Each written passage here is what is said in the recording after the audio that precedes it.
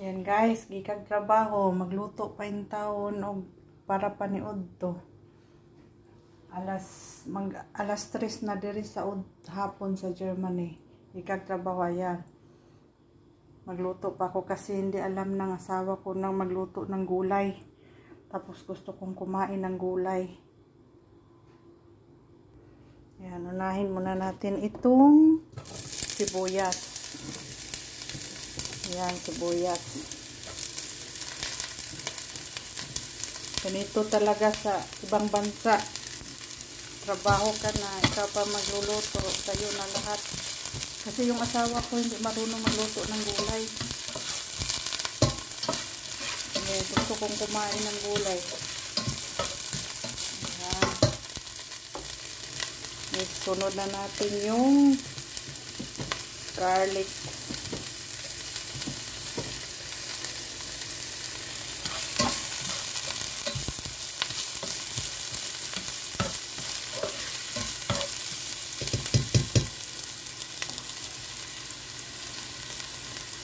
Tapos,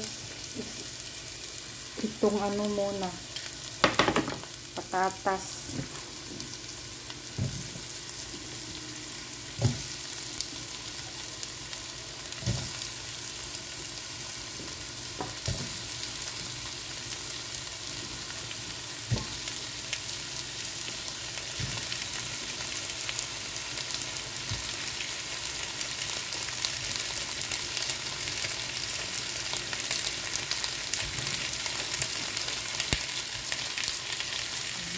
Patatas. Ang bango. Ang bango ng sibuyas.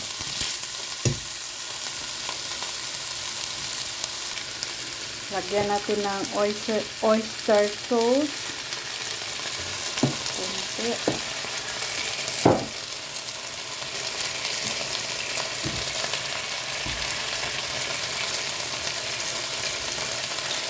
Basta kunting soya sauce.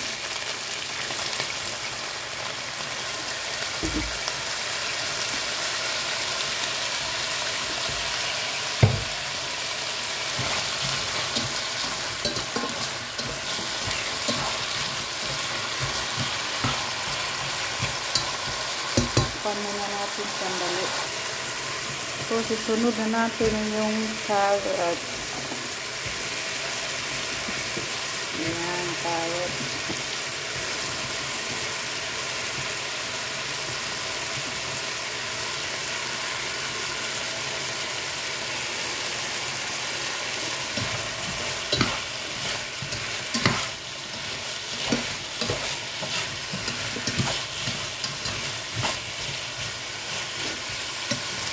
Parang adobo style ito eh. Kaya ayoko ng maraming sabaw. Lagyan ko ng kunting tubig, kunti lang. Ayan.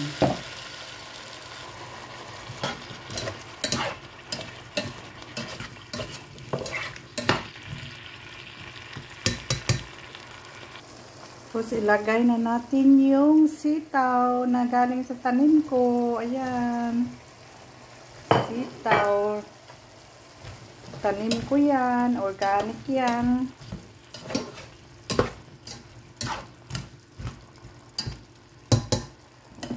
At saka itong, anong tawag nito? Nakalimutan ko. Iwan ko ba? Beans yan. Iwan ko. Anong tawag nito? Masarap din ito lagay sa pansit.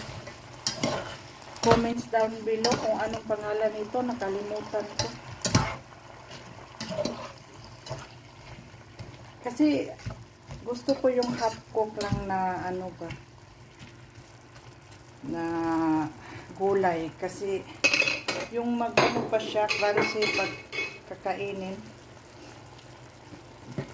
Tapos para may red, lagyan ko ng kamatis. Ayan.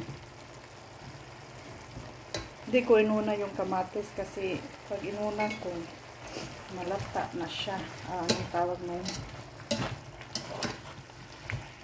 Ano siya ba? Ayan. kaya niyan. Lagyan natin ng kunting asin lang kasi may soya sauce na. Kunting asin lang. Kunting ground pepper.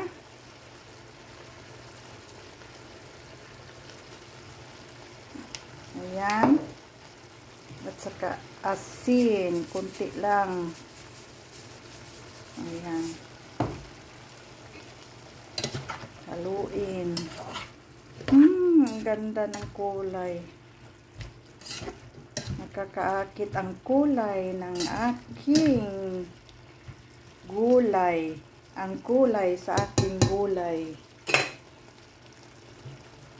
At saka, palagi na lang ako nitong at saka, ilagay na natin yung shrimps.